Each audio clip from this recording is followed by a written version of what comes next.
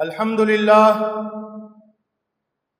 لله كلما حمده حامد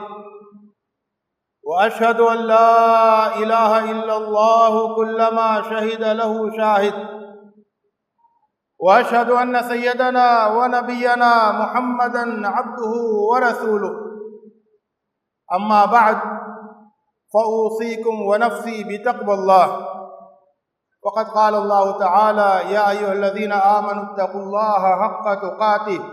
ولا تموتن إلا وأنتم مسلمون وأوصيكم باتباع سنة رسول الله صلى الله عليه وسلم فقد قال الله تعالى لقد كان لكم في رسول الله أسوة حسنة لمن كان يرجو الله واليوم الآخر وذكر الله كثيرا۔ برادران اسلام، ماہ ربیع الاول ہم پر سایہ فگن ہے۔ اللہ کے رسول آخری نبی حضرت محمد صلی اللہ علیہ وسلم کی زندگی میں، آپ کی سیرت میں ربیع الاول کے مہینے کو نمایاں مقام حاصل ہے۔ اللہ کے رسول صلی اللہ علیہ وسلم کی ولادت مبارکہ بھی اسی مہینے میں ہوئی۔ اللہ کے رسول صلی اللہ علیہ وسلم کی ہجرت کا سفر بھی اسی مہینے میں مکمل ہوا، یعنی مدینہ منورہ میں آمد ہوئی۔ گویا اسی مہینے میں پہلی اسلامی ریاست کا قیام عمل میں آیا، اور اسی مہینے میں اللہ کے رسول صلی اللہ علیہ وسلم کی وفات ہوئی۔ تو اس مہینے کا اللہ کے رسول صلی اللہ علیہ وسلم کی سیرت میں بڑا مقام ہے۔ تو جو شخص بھی سیرت النبی کا مطالعہ کرتا ہے تو وہ اس مہینے کو نمایاں طور پر دیکھتا ہے۔ تو دراصل جس طرح سے رمضان کا مہینہ قرآن کا مہینہ ہے، اور رمضان کے مہینے میں قرآن نازل ہوا اس لیے وہ قرآن کا مہینہ ہے، اور رمضان کا مہینہ شروع ہوتا ہے تو قرآن مجید کی یاد بہت زیادہ بڑھ جاتی ہے، تازہ ہو جاتی ہے۔ اسی طرح سے ربیع الاول کا مہینہ رسول کا مہینہ ہے،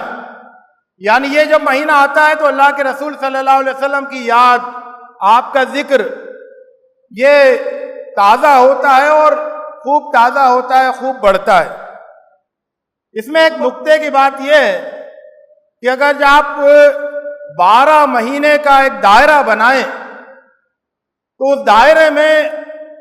رمضان کا مہینہ جہاں پر ہے اس کے بالکل مقابل میں ربیع الاول کا مہینہ آتا ہے۔ اگر رمضان کے مہینے میں ہم قرآن مجید کو یاد کرتے ہیں، قرآن مجید سے تعلق کو بڑھاتے ہیں، اور اس کے پھر ٹھیک 6 مہینے کے بعد ربیع الاول کا مہینہ آتا ہے جس میں ہم اللہ کے رسول صلی اللہ علیہ وسلم کو کثرت سے یاد کرتے ہیں، اور اس کے بعد پھر ٹھیک 6 مہینے کے بعد رمضان کا مہینہ آتا ہے قرآن سے ہمارا تعلق اور مضبوط کرنے کے لیے، یعنی 6 مہینے پر قرآن سے تعلق، اور پھر 6 مہینے پر رسول صلی اللہ علیہ وسلم سے تعلق مضبوط کرنے کا موقع حاصل ہوتا ہے۔ لیکن اس کا یہ مطلب نہیں ہے کہ قرآن سے تعلق صرف رمضان کے مہینے میں رہے اور رسول سے تعلق صرف ربیع الاول کے مہینے میں رہے، بلکہ اللہ تعالیٰ کا جو انتظام ہے، اللہ تعالیٰ نے ایسا نظام بنایا ہے، ایسا زبردست انتظام کیا ہے کہ روزانہ سال کے ہر دن میں روزانہ کئی مرتبہ قرآن کی یاد تازہ ہوتی ہے اور اللہ کے رسول صلی اللہ علیہ وسلم کی یاد تازہ ہوتی ہے۔ یہ اللہ تعالیٰ کا انتظام ہے۔ چنانچہ دن میں 5 مرتبہ اذان ہوتی ہے جس میں اللہ کی توحید کے اعلان کے ساتھ حضرت محمد صلی اللہ علیہ وسلم کی رسالت کا اعلان ہوتا ہے، اور پھر نماز میں جب نماز ہم مکمل کرتے ہیں، نماز شروع کرتے ہیں تو قرآن مجید کی تلاوت سے قرآن مجید کی یاد تازہ کرتے ہیں، قرآن مجید سے اپنے تعلق کو تازہ کرتے ہیں، اور جب نماز کا اختتام کر رہے ہوتے ہیں تو پھر اللہ کے رسول صلی اللہ علیہ وسلم پر سلام، ان کی رسالت کی شہادت اور ان پر درود بھیجتے ہوئے نماز مکمل کرتے ہیں۔ تو ہر نماز، دن میں 5 وقت پڑھی جانے والی ہر نماز اور پھر باقی جتنی نمازیں آپ کو پڑھنے کی توفیق ملتی ہے، ان میں سے ہر نماز قرآن مجید سے ہمارے تعلق کو یاد دلاتی ہے، اور ہر نماز اللہ کے رسول صلی اللہ علیہ وسلم سے ہمارے تعلق کو یاد دلاتی ہے، تازہ کرتی ہے۔ تو گویا کہ جو اللہ تعالیٰ کا ایک وہ انتظام ہے جس میں روزانہ دن میں کئی مرتبہ ہمارے قرآن سے تعلق کی تجدید ہوتی ہے اور ہمارے رسول سے تعلق کی تجدید ہوتی ہے۔ البتہ جیسا کہ یہ حقیقت ہے کہ خاص مواقع پر خاص چیزیں بہت زیادہ یاد آتی ہیں، تو رمضان کے مہینے میں قرآن مجید زیادہ یاد آتا ہے،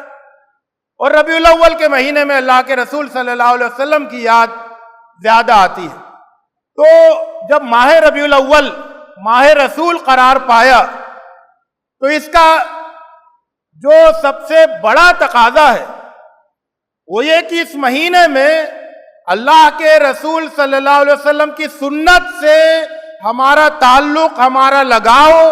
وہ بہت مضبوط ہو جانا چاہیے، اس کا ایک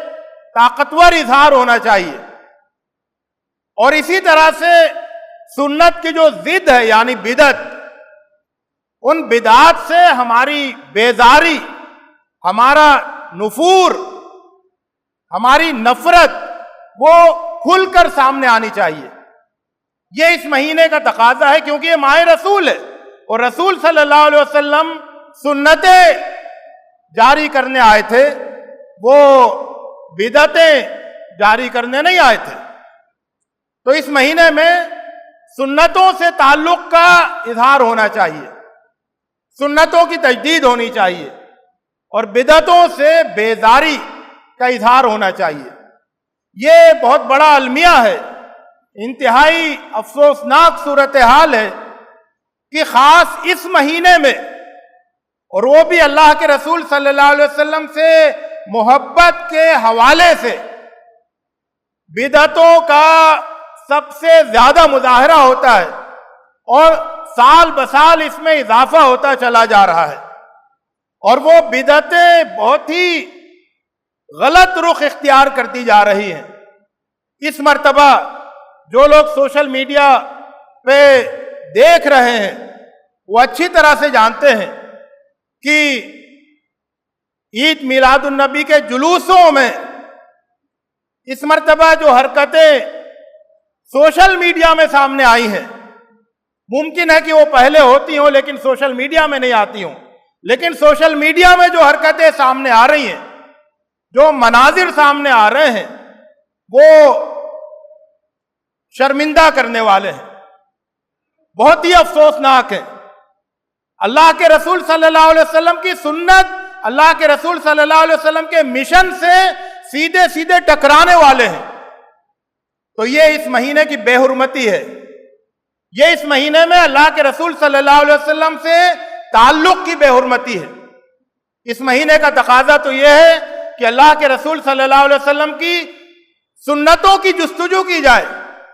ان سے تعلق کی تجدید کی جائے،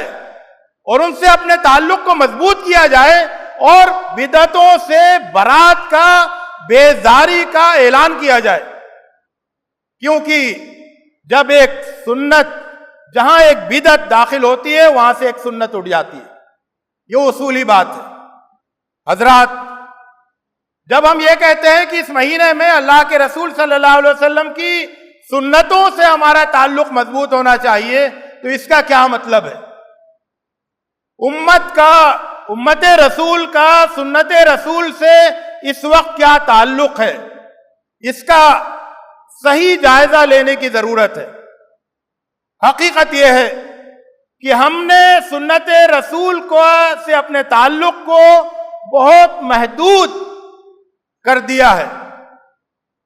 سنت کے تصور ہی کو بہت سکیڑ کے رکھ دیا ہے۔ تو چنانچہ امت میں فرقے بنتے ہیں سنت کے حوالے سے، اللہ کے رسول صلی اللہ علیہ وسلم کے تعلق سے کے حوالہ دے کر امت میں فرقہ بندیاں ہوتی ہیں، لیکن اس میں بھی جن سنتوں کی بنیاد پر فرقہ بندیاں ہوتی ہیں وہ حقیقی سنتیں نہیں ہیں جن کے لیے اللہ کے رسول صلی اللہ علیہ وسلم مبعوث ہوئے تھے، جو اللہ کے رسول صلی اللہ علیہ وسلم کا مشن تھا، جو اللہ کے رسول صلی اللہ علیہ وسلم کا امتیاز تھا، وہ سنتیں نہیں ہوتی ہیں جن سے ایک زندگی بدل جاتی ہے، وہ سنتیں نہیں ہوتی ہیں، بلکہ وہ سنتیں ہوتی ہیں جن کی دین میں بہت ہی فروعی درجے کی، مائنر درجے کی اہمیت ہے۔ اصل سنتیں کیا ہیں؟ واقعہ یہ ہے کہ پوری امت نے جو سنت کے نام پر جھگڑتی ہے، فرقہ بندی کرتی ہے، آپس میں لڑتی ہے، اس پوری امت نے اللہ کے رسول صلی اللہ علیہ وسلم کی عظیم ترین سنتوں سے غفلت برتنے پر اتفاق کر لیا ہے۔ اگر امت کا اتحاد ہے کسی بات پر، اتفاق ہے کسی بات پر عملاً، تو وہ اللہ کے رسول صلی اللہ علیہ وسلم کی عظیم ترین سنتوں سے غفلت برتنے پر ہے۔ وہ عظیم ترین سنتیں کیا ہیں؟ وہ ہیں جو اللہ کے رسول صلی اللہ علیہ وسلم کی اصل پہچان ہے، جنہیں قرآن مجید میں محفوظ کر دیا گیا ہے، جن کو جاری کرنے کے لیے، جن کو پیش کرنے کے لیے اللہ کے رسول صلی اللہ علیہ وسلم اس دنیا میں تشریف لائے تھے۔ چنانچہ قرآن مجید بتاتا ہے، قرآن مجید کہتا ہے اللہ کے رسول صلی اللہ علیہ وسلم کی سنتوں کو بیان کرتے ہوئے، وَإِنَّكَ لَعَلَىٰ خُلُقٍ عَظِيمٍ، بے شک آپ خلق عظیم، عظیم اخلاق کے حامل ہیں، عظیم اخلاق کا پیکر ہیں۔ آپ مجھے بتائیے کہ کیا امت مسلمہ میں کوئی ایسا فرقہ ہے، کوئی ایسا مسلک ہے، کوئی ایسا علاقہ ہے، کوئی ایسا محلہ ہے، کوئی ایسی چھوٹی سی آبادی ہے، کوئی ایسا خاندان ہے جس نے یہ فیصلہ کر لیا ہو کہ اللہ کے رسول صلی اللہ علیہ وسلم کی جو سنت ہے وَإِنَّكَ لَعَلَىٰ خُلُقٍ عَظِيمٍ، یہ ہماری پہچان بنے گی؟ کوئی مسلم بازار ایسا ہو جس میں لوگ یہ طے کر لیں کہ اللہ کے رسول صلی اللہ علیہ وسلم صادق اور امین تھے، تو یہ بازار صدق و امانت کا نمونہ پیش کرے گا۔ صدق و امانت کے، سچائی اور امانت داری، دیانت داری کے معاملے میں کیا مسلمانوں کے بازاروں میں اور دوسرے بازاروں میں کوئی فرق پایا جاتا ہے؟ تو یہ ہے اللہ کے رسول صلی اللہ علیہ وسلم کی ایک عظیم سنت کے ساتھ ہمارا تعامل۔ کوئی ایک فرد یہ طے کر لے اس مہینے میں کہ وَإِنَّكَ لَعَلَىٰ خُلُقٍ عَظِيمٍ، یہ اب میری زندگی کا شعار بن جائے گا، میں سب کے ساتھ بہترین اخلاق کے ساتھ پیش آؤں گا۔ انفرادی اخلاق، اجتماعی اخلاق۔ اسی طرح اللہ کے رسول صلی اللہ علیہ وسلم کی ایک عظیم سنت جسے قرآن مجید میں بیان فرمایا گیا کہ وَمَا أَرْسَلْنَاكَ إِلَّا رَحْمَةً لِلْعَالَمِينَ، ہم نے آپ کو سارے انسانوں کے لیے رحمت بنا کر بھیجا۔ تو رحمت، انسانوں کے لیے رحمت، بڑے چھوٹوں کے لیے رحمت بن جائے، شوہر بیوی کے لیے، بیوی شوہر کے لیے رحمت بن جائے، باپ اپنے بچوں کے لیے رحمت بن جائے، بچے اپنے بوڑھے بزرگوں کے لیے رحمت بن جائیں، لوگ اپنے پڑوسیوں کے لیے رحمت بن جائیں، طاقتور کمزوروں کے لیے رحمت بن جائیں، دولت مند غریبوں کے لیے رحمت بن جائیں۔ ایک رحمت کا ماحول ہو، ہر ایک دوسرے پر ایک رحمت کا سایہ کرنے کے لیے تیار ہو جائے۔ تو رسول کی اگر رحمت للعالمین تھے تو ان کی امت، وہ امت، اس امت کو بھی رحمت للعالمین ہونا چاہیے، امت کے ہر فرد کو رحمت للعالمین ہونا چاہیے۔ اسی طرح اللہ کے رسول صلی اللہ علیہ وسلم کی ایک اور سنت، وہ انسانوں کے لیے درد مندی،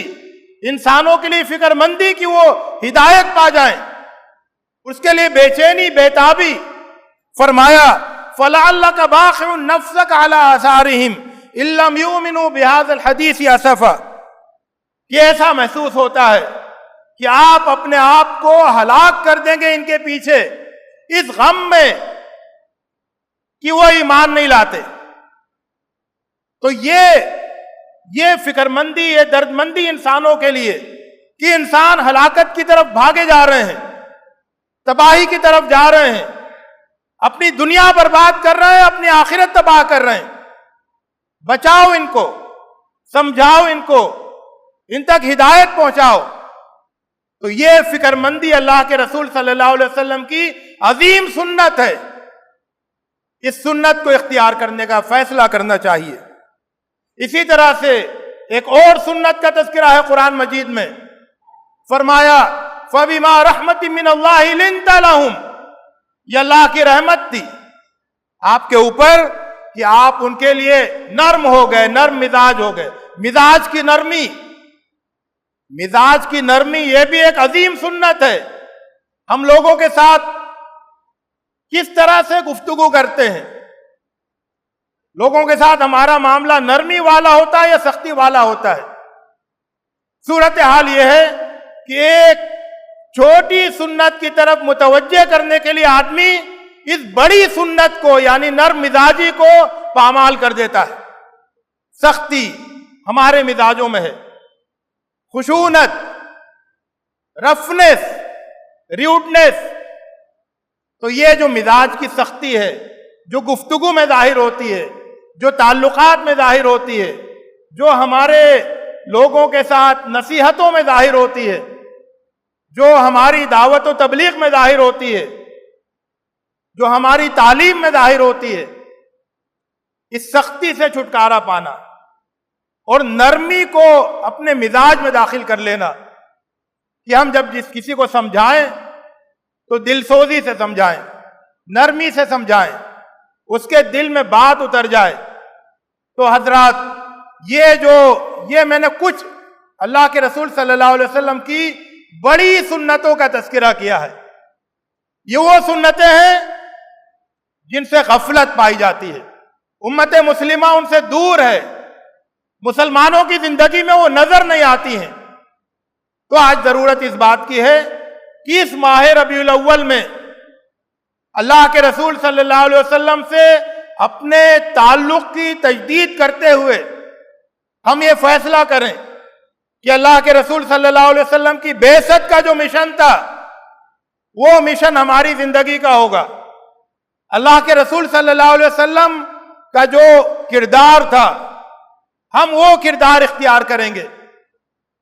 اللہ کے رسول صلی اللہ علیہ وسلم نے جو نمونہ پیش کیا وہ نمونہ ہم پیش کریں گے۔ ہماری زندگی پرکشش ہو جائے، ہماری زندگی لوگوں کے لیے خوبصورت ہو جائے، ہماری زندگی لوگوں کے لیے جاذب نظر ہو جائے، مؤثر ہو جائے، پر اثر ہو، جس طرح سے اللہ کے رسول صلی اللہ علیہ وسلم کی زندگی، آپ کی حیات مبارکہ، آپ کی سیرت طیبہ ایک روشن چاند کی طرح سے تھی کہ جس کو دیکھ کے دل نہیں بھرتا تھا، کہ جس سے روشنی حاصل ہوتی تھی۔ اللہ تعالی ہمیں توفیق دے کہ ہم سچے محب رسول، سچے متبع رسول اور رسول اللہ صلی اللہ علیہ وسلم کے حقیقی امتی بنے، ان کے نقش قدم پر، آپ کے نقش قدم پر، آپ کے راستے پر چلنے والے بنے۔ ہماری زندگی کا مقصد، ہماری زندگی کا مشن، ہماری زندگی کا انداز، ہمارا لائف اسٹائل، ہماری زندگی کے سارے طریقے وہ ویسے ہی ہو جائیں جیسے کہ اللہ کے رسول صلی اللہ علیہ وسلم نے سکھائے تھے اور کر کے دکھائے تھے۔ اللہ رب العزت ہمیں اس کی توفیق دے۔ اقول قولی ھذا واستغفر اللہ لی ولکم اجمعین واستغفروہ انہ هو الغفور الرحیم۔